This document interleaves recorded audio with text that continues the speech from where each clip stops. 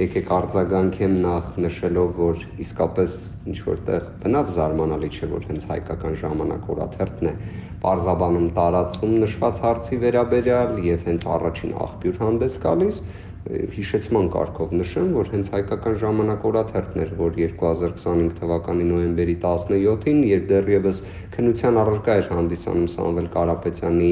նկատմամբ ապօրինի կալանքը երկարաձգելու թե չէ երկարաձգելու հարցը, մենք էլ գտնվում էինք դատական նիստում, Հայկական ժամանակ օրաթերթը հրապարակում էր արել, որ արդեն իսկ կալանքը 2 ամսով Սամվել Կարապետյանի երկարաձգվել է։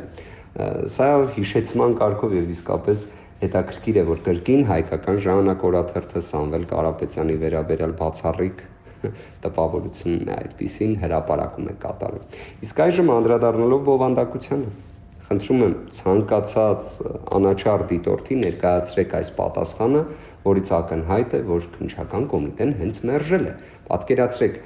իմ կողմից պարզապես նման գործելավոճ արկա չէ, թե չէ ինքս կհրապարակեի իմ կողմից ներկայացված դիմում հարցումը եւ դրա վերաբերյալ պատասխանը։ Քննչական կոմիտեին դիմում հարցում է ներկայացվում ոչ թե որպես մի կառույցի, այլ տվյալ դեպքում Սամվել Կարապետյանի գործով որպես վարույթն իրականացնող մարմնի, որին ի պատասխան ստանում ենք դիրքորոշումը, որ վերջիններս նման մեկնաբանությամբ հանդես գալ չեն կարող։ Արդյոք դա հենց նույն մերժումը չէ։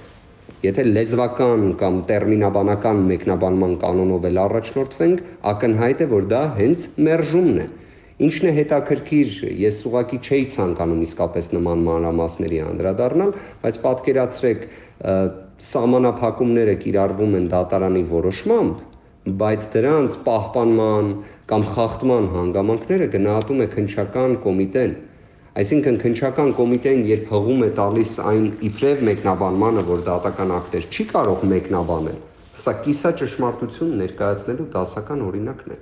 Չէ՞ որ եթե ենթադրյալ խախտում տեղի ունենար, ապա դրա հասցեատերը գնահատման լինելու էր հենց քննչական կոմիտեն։ Եվ ես կրկին պնդում եմ, որ նման պատասխանի դեպքում, այսինքն քննչական կոմիտեն ոչ թե արձանագրել է, որ նման խնդիր արձանագրելու լիազորություն չունի, կամ նման վարքագծի դեպքում խախտում արձանագրելու լիազորություն չունի, այլ պարզապես փորձել է խուսափել պատասխան տալուց, ինչը համարժեք է մերժման։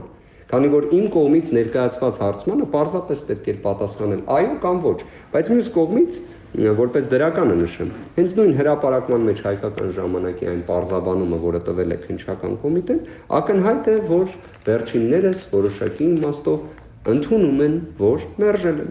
Իդեպ կխնդրեի նաև հնարավորության դեպքում, որ Հայկական ժամանակը նաև դատախազությունից եւս ստանար դիրքորոշումը, քանի որ մինչ օրս ես ինքս չեմ ստացել, իսկ քրեական դատավարության օրենսգրքի տեսանկյունից սահմանված ժամկետներում պատասխան չտալը կրկին համարժեք է մերժմանը։